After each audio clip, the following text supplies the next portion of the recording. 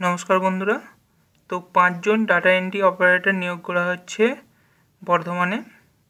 পূর্ব বর্ধমান জেলায় অনগ্রসর শ্রেণী কল্যাণ বিভাগের জন্য ডেটা এন্ট্রি অপারেটর নিয়োগের বিজ্ঞপ্তি বেরিয়ে গেছে। সংরক্ষিত আসনে একটি, এনসিএ একটি এবং এনসিটি একটি। এই পদের আবেদন করার জন্য শিক্ষাগত যোগ্যতা লাগবে, যে কোনো শিক্ষিত বিশ্ববিদ্যালয় থেকে স্নাতক এবং কম্পিউটার অ্যাপ্লিকেশনের সার্টিফিকেট। বয়স সীমা হচ্ছে 1 জানুয়ারি 2017 হিসাবে 40 বছরের মধ্যে লিখিত পরীক্ষা নেওয়া হবে। আগামী 20 আগস্ট 2017 পরীক্ষাস্থল বর্ধমান টাউন।